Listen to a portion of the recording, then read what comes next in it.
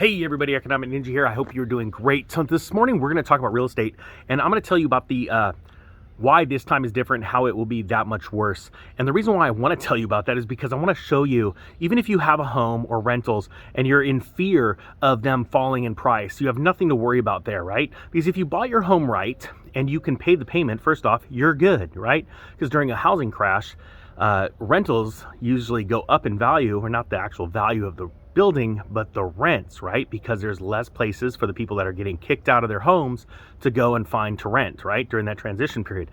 This time is much worse than in 2008. And so that's why I feel like rents are going to stay elevated for quite some time. But with that being said, even your rental property, if it plummets in price, again, if you're still renting it for a good amount and you bought it right and your expenses are low enough to where you're still making a profit or breaking even, you're going to be okay, right? But this video is for the people that are trying to buy a home or people that want to buy more homes, okay? This is what's really exciting. This is what is different. You know how you hear that term all the time? Oh, this time is different.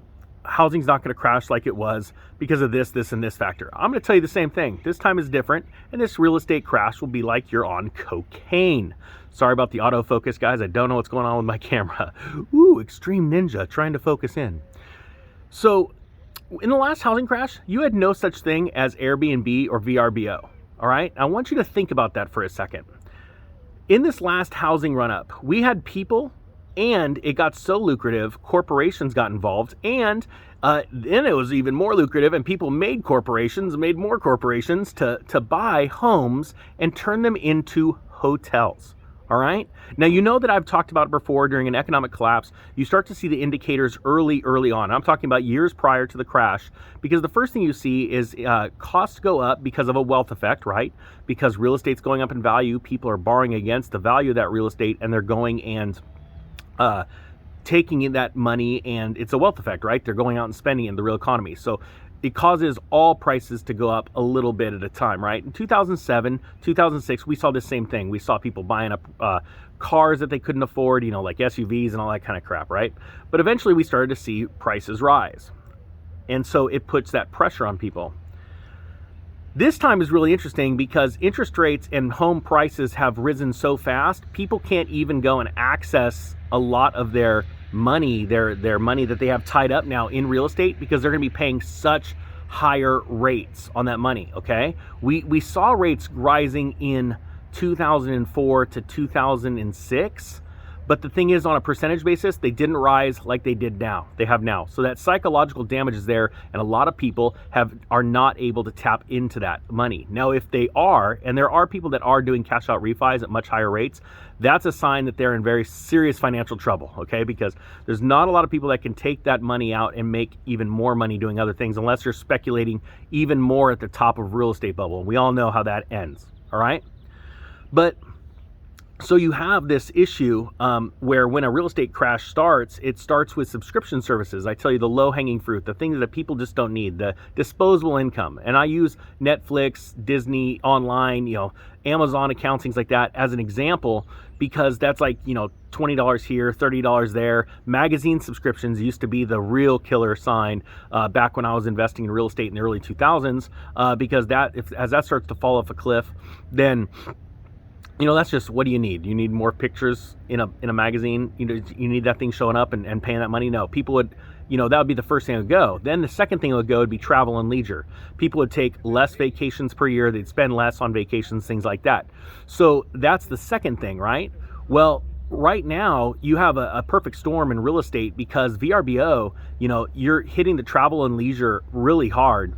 And then not only that, if you think about it, how many people, like I said, or corporations went out and bought homes that are now they pretty much sit vacant, right? They're not allowing a tenant to live in it full time, or even a homeowner to live in it full time. And that has only exacerbated the issue with the housing crisis, right? Where a lot of people say there's just not enough homes.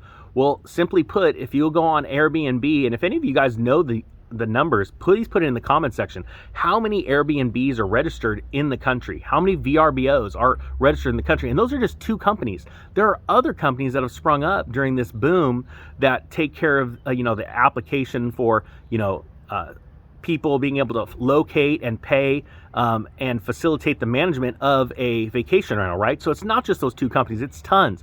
There are literally hundreds of thousands of these homes sitting out there on the market that are not being used as a long-term place to live for either a tenant, a rental, or a homeowner, all right? So we did not have that problem back in 2008, 2007, all right? So what is gonna happen in your opinion when all of a sudden owners start to get a little nervous because they're starting to see the price of the homes fall, right? Or they're starting to see more and more inventory fall. You know, a lot of people would say, oh, that's okay, Ninja. They'll just take the car and they'll go put it in the, what's it called? They'll put it on the market, right? Or they'll put it for a full-time rental. Well, here's the problem. What if they feel that, because remember, these are businesses, right? So business people do think a little different, and not all business people are good business people, right? We all have emotion too that we all have to deal with. And this is emotion, right? An explosion in prices and a crash in prices all have to do with human emotion. So what happens if all of a sudden these business people that are used to making lots of money, they say, hey, I want to tap into that income because I think that real estate's going to fall and I'd want to take advantage of it. What are they going to do? They're going to put it into a long-term rental thinking it's going higher? Because right now, all the headlines are saying real estate's going lower for multiple reasons. One of them is that people just simply cannot afford these higher payments, right? So what they're going to do is they're going to sell their house. And they're going to put it on the market, which is only going to, and they're going to try, and everyone's going to try and rush for the exit first. But like we've seen in other panics, humans try and rush out for that same exit, and they don't think ahead of time, and they all get clogged in the doorway. And that's what ends up leading to their demise, is because they're all trying to get out at once, all right? And before you know it, and once your mind is set, and you're like, I'm selling my house, we're going to do it, it is like, okay, now it's not, pull the house off the market, this isn't the time, it's obviously going to crash, let's rent the place. It's, oh, lower the price, lower the price, lower the price. And I think that's very important for people to realize. And that's what I wanted you guys to see. Yes, this time is different, but it's on a factor of 10. And it is because right now, so much inventory has been artificially changed. It's been changed from literally a home that people live in and make a living out of and raise a family into hotels, all right? And that cannot go very well. And I'm going to be honest with you, a lot of people, most of the people on any exponential curve of any investment, right?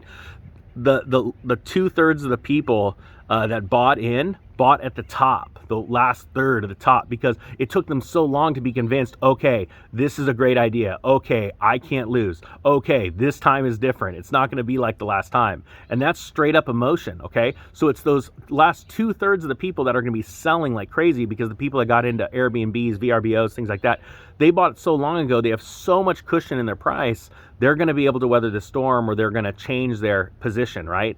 That's really all it's about, is pivoting. That's the most important thing that a business owner can do, is pivot. And very few people understand pivoting and how important it is, all right?